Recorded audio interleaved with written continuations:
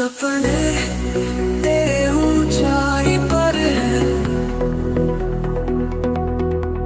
सपने तेरे आसमान की राह पर है। रुकावटों से मत घबराना, हर मुश्किल को तू हराना। खुद पर यकीन कर, खुद पर यकीन कर, सपनों की ऊंचाई को छू ले, जो चाहोगे वो मिलेगा। सपने तेरे आगे बढ़ते, सपने। नमस्कार। આજે સદભાવના વિદ્યાલયની અંદર રમશે સદભાવના જીતશે સદભાવના અંતર્ગત ત્રિદિવસીય એક રમતોત્સવનું આયોજન કરેલું છે। આ રમતોત્સવની અંદર અલગ અલગ પ્રકારની 16 જેટલી આપણે ઇવેન્ટો રમતો રાખેલી છે અને એની અંદર લગભગ આશરે 750 જેટલા વિદ્યાર્થીઓ ભાગ લીધેલો છે। જુનિયર અને સિનિયર એવી રીતે અલગ અલગ ડિપાર્ટમેન્ટમાં આપણે 2 વિદ્યાર્થીઓની ટીમ બનાવેલી છે। એમાં 4 આપણે અલગ અલગ ટીમ બનાવેલી છે, રેડ, બ્લુ, યલો અને ગ્રીન એવી રીતે।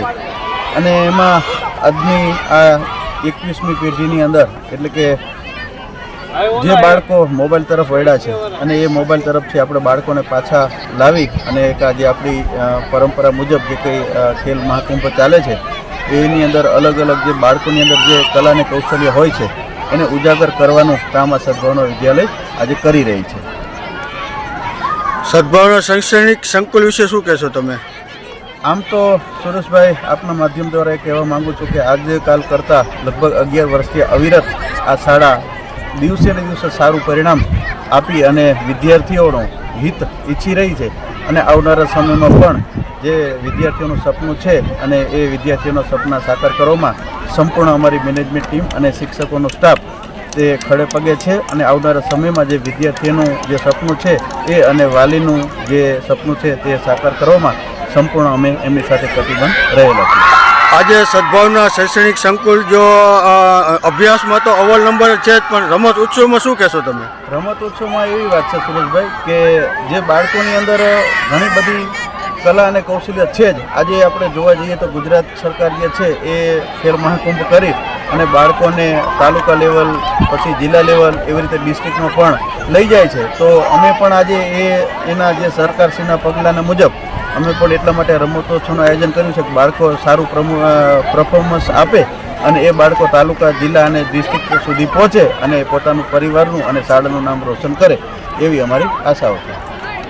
મોહમ્મદ ઇરશાદ રુસ્તમભાઈ, હું સદભાવના શૈક્ષણિક સંકુલમાં ધોરણ 12 કોમર્સમાં અભ્યાસ કરું છું। અમારી શાળામાં ઘણી પ્રવૃત્તિઓ થાય છે જેમાં વિદ્યાર્થીઓ આજે આ અમારી શાળામાં રમતોત્સવનું આયોજન કરવામાં આવેલ છે।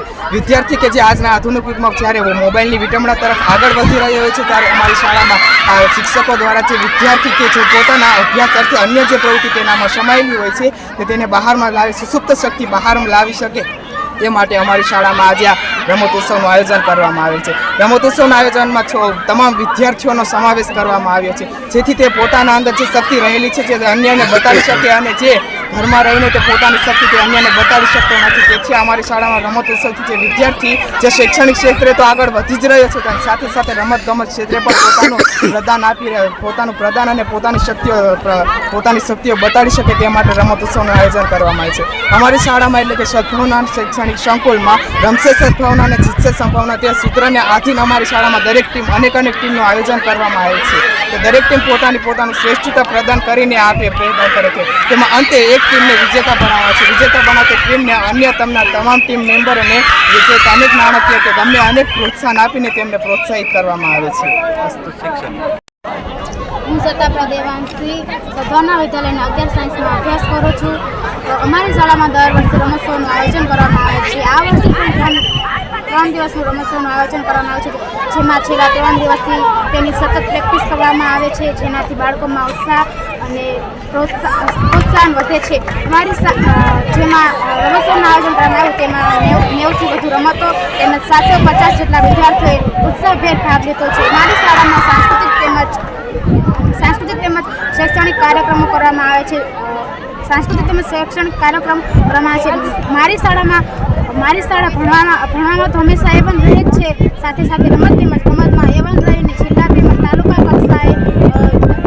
કક્ષાએ સત્તાનો ડંકો વગાડે છે. મારી શાળામાં કેજીથી લઈને 12 સાયન્સ, કોમર્સ, આર્ટ્સ સુધી અને ગર્લ્સ હોસ્ટેલ તેમજ બોયઝ હોસ્ટેલ રાખવામાં આવેલ છે. તેથી મારું અભ્યાસક્રમ તો સિદ્ધોના વિદ્યાલયમાં છે, તો તમારું પણ અહીંયા આવીને તમારું શૈક્ષણિક કાર્યક્રમ સુધરે